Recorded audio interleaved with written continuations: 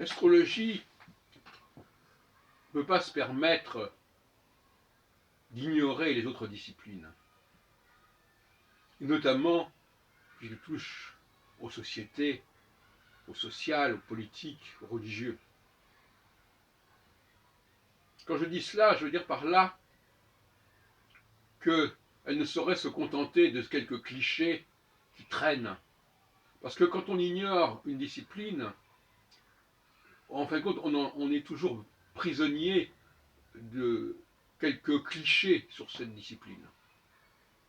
Et on va bâtir tout un raisonnement astrologique sur des connaissances, des représentations très primaires de la politique, de l'histoire. C'est notamment le cas en astrologie mondiale. Si on demande à un astrologue qu'est-ce qu'étudie l'astrologie mondiale, il répond ça étudie les événements politiques, les guerres, etc. Mais finalement, ça n'est pas suffisant. Ça ne fait pas le poids. Il faut véritablement articuler l'astrologie sur des recherches dans le domaine de la science politique, dans le domaine de la science historique, dans le domaine de l'organisation des sociétés. Sans un modèle, sans une grille de lecture sophistiquée des questions politiques, sociales, historiques, religieuses, comment pourrait-on faire de la bonne astrologie? C'est pourquoi, en ce qui me concerne, je n'ai jamais voulu me limiter à l'astrologie, pour ne pas être à la merci de représentations schématiques et primaires du champ que l'astrologie est censée couvrir. Car c'est là bien un paradoxe. L'astrologie prétend couvrir un domaine, qui est le domaine du politique, du social, de l'historique, en se servant uniquement de ses propres outils. Mais ces propres outils, encore faut-il les articuler sur des structures. Et ces structures, il faut les déterminer en soi, pas par rapport à l'astrologie nécessairement. Il serait donc intéressant d'avoir des colloques entre astrologues et historiens. Mais ce n'est pas le cas. Ce n'est pas étonnant. Pourquoi? Parce que les astrologues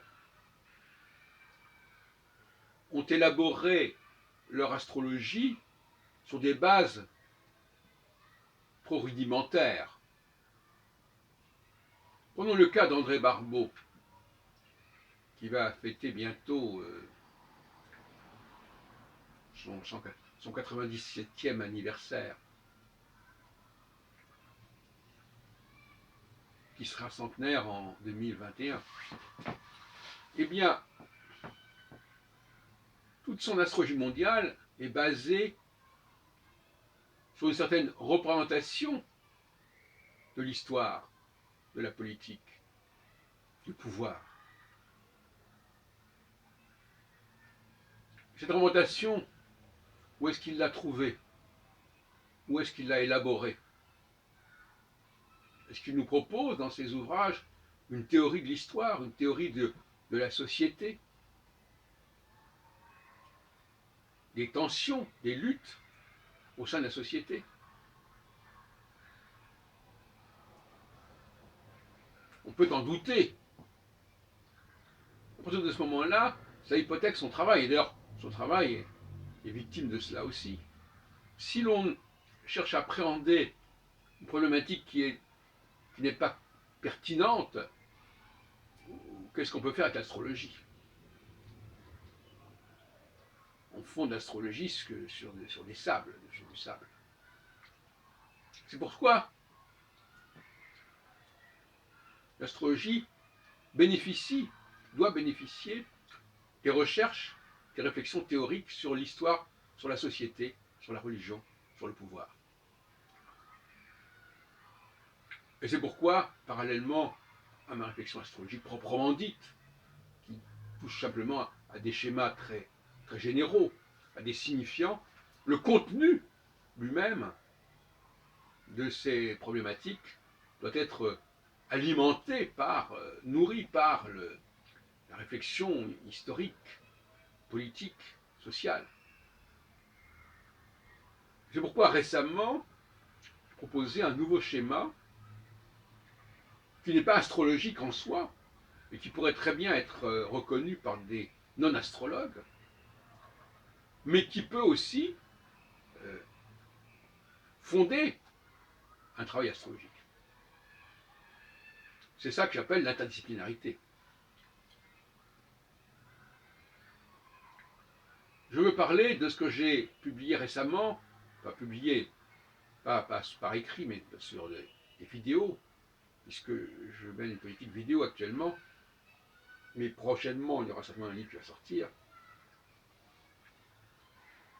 Mais cette politique vidéo est intéressante parce que justement, elle me laisse la liberté de bouger, de faire avancer les choses, et de remettre en question les analyses que j'ai pu faire.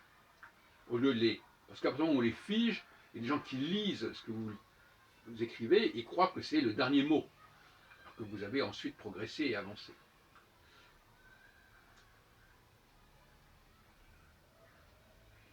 Je profite aussi, d'ailleurs, de ma propre expérience politique. Parce que j'ai eu une activité politique, dans le domaine de l'astrologie.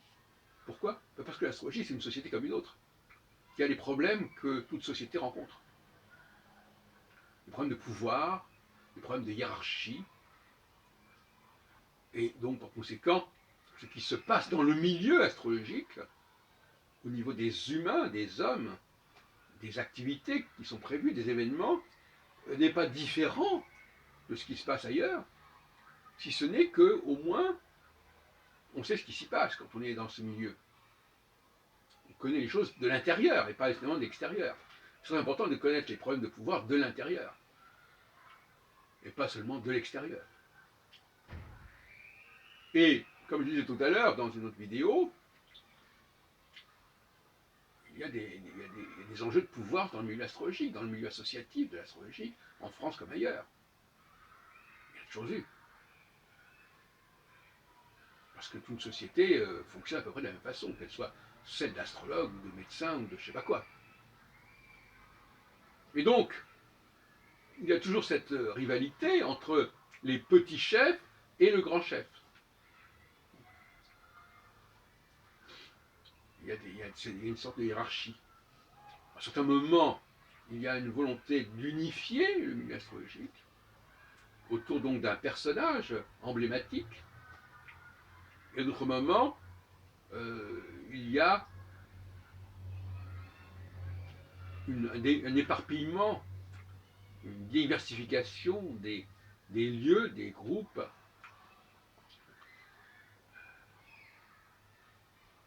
Et toute la question, justement, sont les tensions, les rapports de force entre les petits groupes et le groupe national, le groupe central. À certains moments, les petits groupes se rallient au groupe central, et à d'autres moments, chaque groupe veut être indépendant du pouvoir central. Le pouvoir central qui peut se présenter sous des formes diverses, bien évidemment, selon les structures dont il s'agit.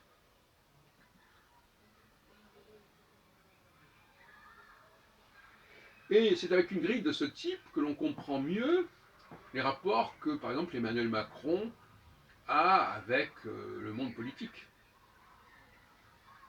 Visiblement, nous vivons une période, et là, on pourrait effectivement passer au champ de l'astrologie, mais ce n'est pas le but de cette intervention, j'en ai parlé dans une autre vidéo. On pourrait constater qu'à certains moments, par exemple, si on prend le cas d'un gouvernement, on oppose d'un côté un gouvernement de spécialistes, qui ne représentent qu'eux-mêmes, en quelque sorte, et de l'autre côté, un gouvernement qui rassemblerait les responsables de différents partis politiques. Là, actuellement, ce n'est pas le cas. Il n'y a pas de responsable de parti politique, en dehors de François Bayrou, qui n'est d'ailleurs pas au gouvernement, enfin qui est là. il y a un seul parti politique traditionnel, enfin disons qu'il y a un certain passé qui figure au gouvernement. Et puis il y a des individus isolés qui, qui appartenaient à tel et tel parti politique, mais qui ne représentent plus ce parti politique. Donc, le gouvernement actuel n'est pas constitué, n'est pas une coalition de partis politiques. Il n'est pas la convergence de ces partis politiques autour d'un pouvoir qui serait reconnu légitimement. Ces partis politiques sont restés à l'écart, à l'extérieur. Et qu'est-ce que ça signifie? Justement, ça m'interpelle, je j'avoue. M'interpelle parce que ces partis politiques n'ont pas véritablement de pouvoir. D'autre côté, ils ne légitiment pas le pouvoir en place, autant en tout cas formellement. Et donc on a une situation un peu intermédiaire. Mais force est de constater que quelque part ils sont neutralisés. Ils sont neutralisés. Et probablement, de toute façon, et ça le rôle de la prévision, c'est de déterminer à quel moment la situation va basculer, en tout cas va évoluer. C'est ça. Et c'est là qu'on attend l'astrologue. C'est quand il donne des dates, quand il fixe un calendrier. Pas le calendrier électoral figé, arbitraire, artificiel, mais un vrai calendrier fondé sur une réalité en mouvement, une réalité cyclique. On peut prévoir que nous sommes encore dans une situation un peu intermédiaire, en fait, qui n'est ni la situation du pouvoir des partis, ni la reconnaissance par ces partis du pouvoir en place, une situation un peu entre les deux, entre le yin et le yang, comme ça, de transition, équinoxiale, peut-être. Et il est clair que le pouvoir en place doit, tôt ou tard, s'entendre avec les différentes entités politiques et sociales, syndicats, partis politiques, etc. On ne peut pas les ignorer. On ne peut pas faire comme s'ils n'existaient pas. Il n'est pas non plus question qu'ils se soumettent à ces différentes factions, comme dirait De Gaulle, mais qu'il y ait une prise en compte, un arrangement qui se fasse. Voilà. Donc voyez-vous, toutes ces considérations conduisent finalement à rechercher, par le biais de l'astrologie, à comprendre ce processus dont je viens de parler, des rapports de pouvoir. Et on est très loin de la question de la guerre ou de la paix, comme a voulu faire croire Barbeau. C'est pas une classification sociologiquement viable que la guerre et la paix. En revanche, les dualités et les tensions au sein d'une société, au regard du pouvoir, ça c'est un sujet qui mérite que l'astrologie s'y applique.